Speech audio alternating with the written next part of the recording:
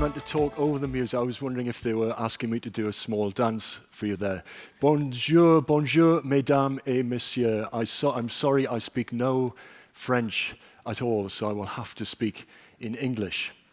And if I could please ask you to just hold that interested look that you have on your face for the next 10 minutes, please. That would help me greatly. I'm going to talk to you today about the work that we are doing at Ashoka to transform education systems. This is quite new work, and so I share it with you in the spirit of openness and transparency, and would very much welcome your thoughts. I would love this to be a dialogue, but the format isn't so good for a dialogue. To explain our work at Ashoka, I think it would be best and perhaps most helpful if I first go back to my earliest days when I was a 4-year-old. And it was my first day of school. And I remember it distinctly. It might even be my very first memory, because it was the beginning of 17 years of misery. I remember I cried all morning and all afternoon and into the night that first day, and that crying pretty much didn't stop until I left that school, which was an inner city state school in the 1970s in the north of England. It was very depressed, it was depressing, it was violent, and I'm not sure that I learned much that I was supposed to learn through that experience. And in fact, I'm not even sure what I was supposed to learn, which is a problem, I think.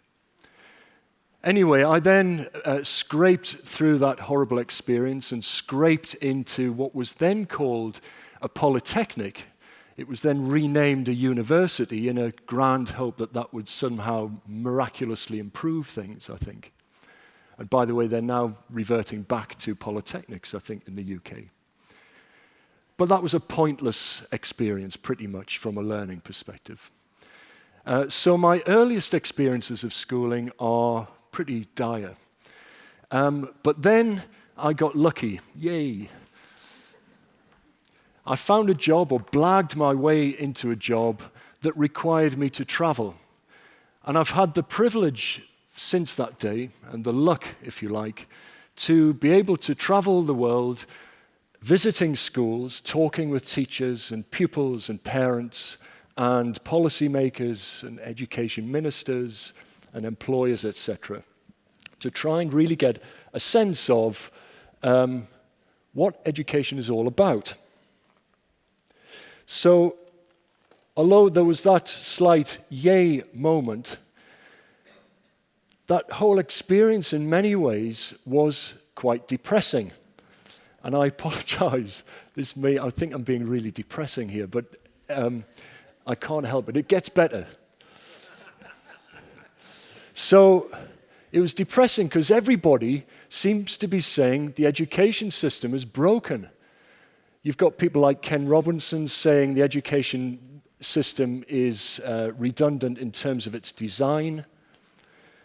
You've got people often saying we're not effectively preparing people for the workplace. People saying that there are lots of skills that are not being developed in schools that should be, 21st century skills, for example.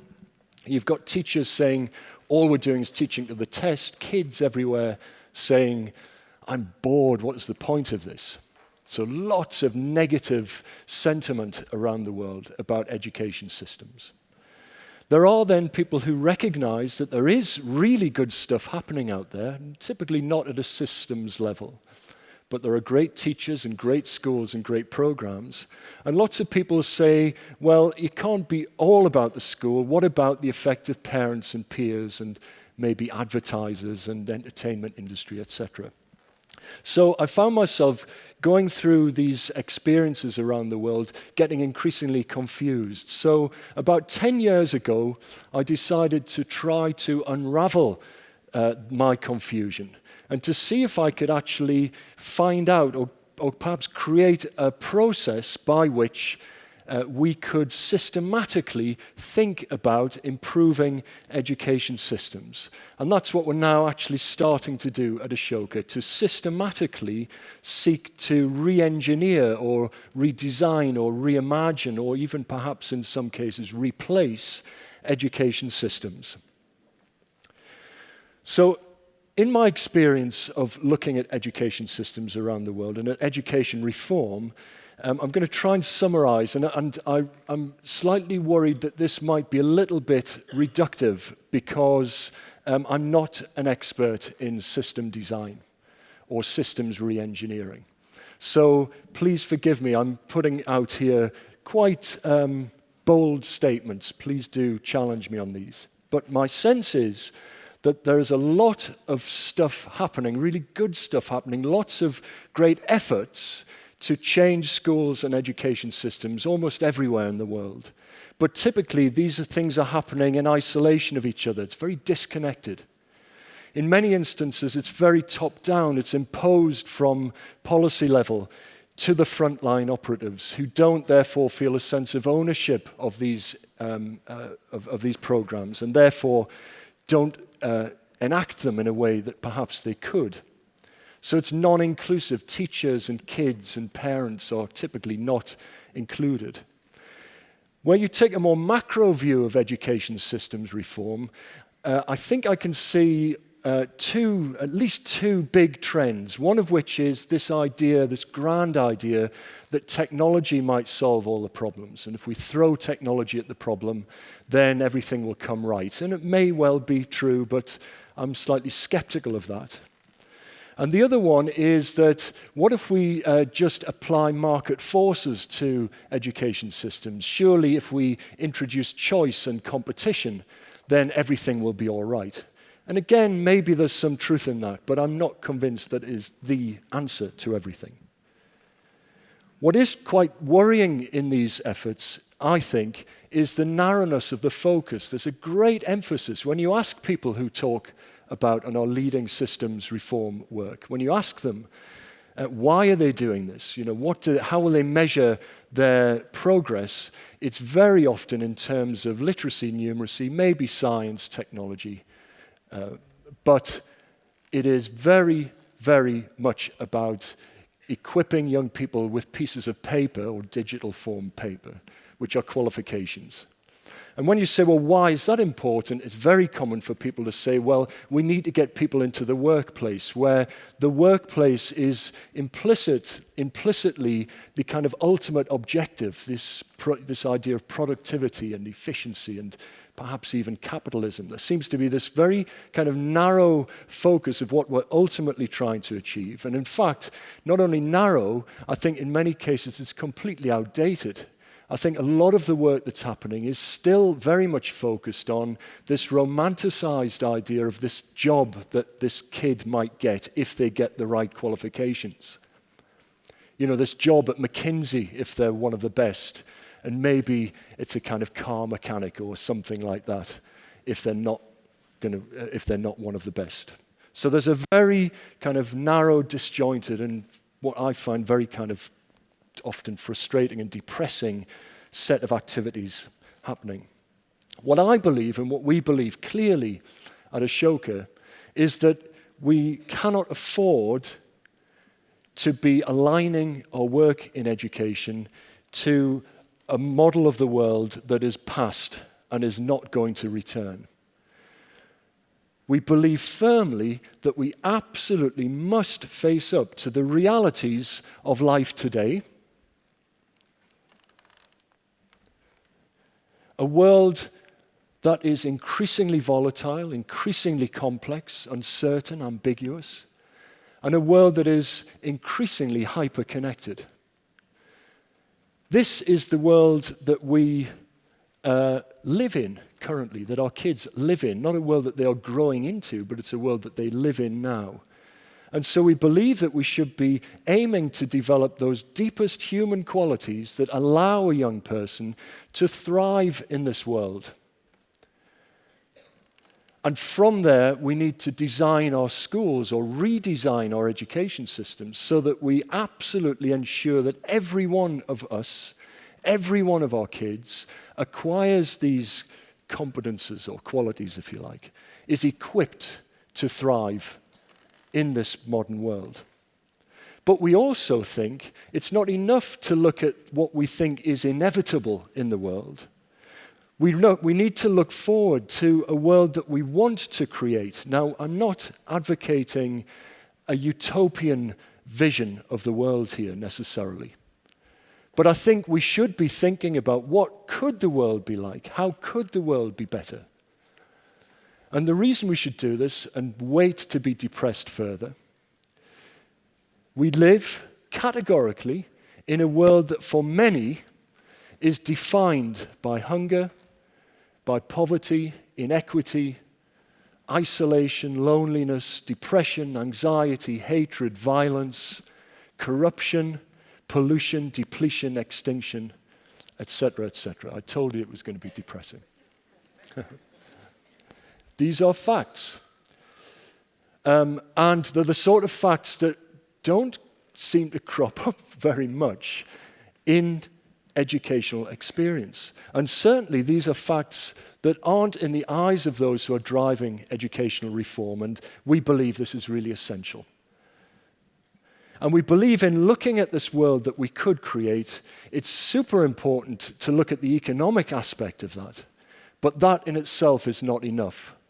We believe we need to take a holistic approach to the idea of improving quality of life, that we need to look at quality of life and understand quality of life through the lenses of economics, but also through social, cultural, political, and environmental lenses, and personal lenses as well. It's a complex construct.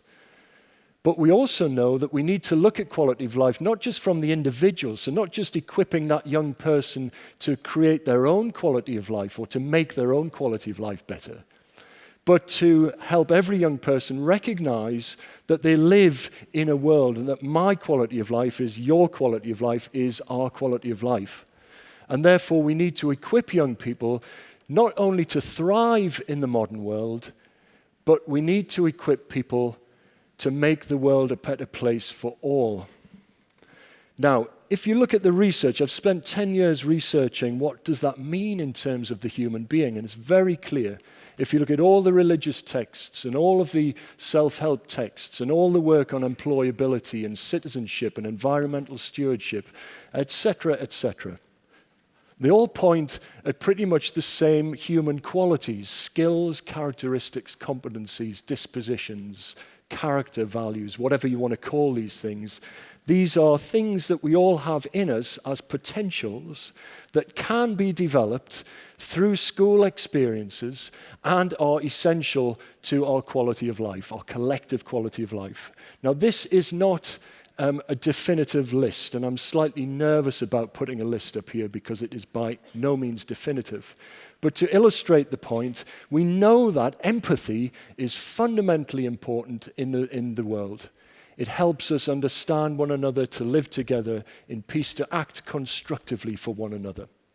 It's not typically included in school experiences. In fact, it's often suppressed through school experiences.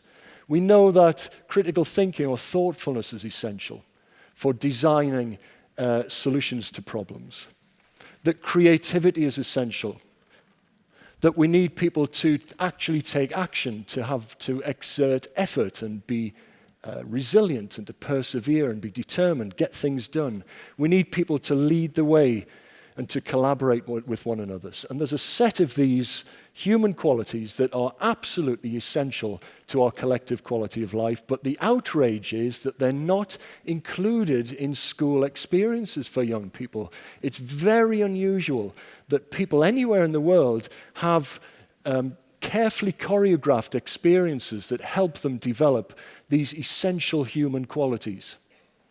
And I think that's an outrage, and I think we should think it's an outrage, and I think we should take a very carefully and systematic and intelligent approach to changing the way we school young people so that everybody is equipped with these kinds of quality.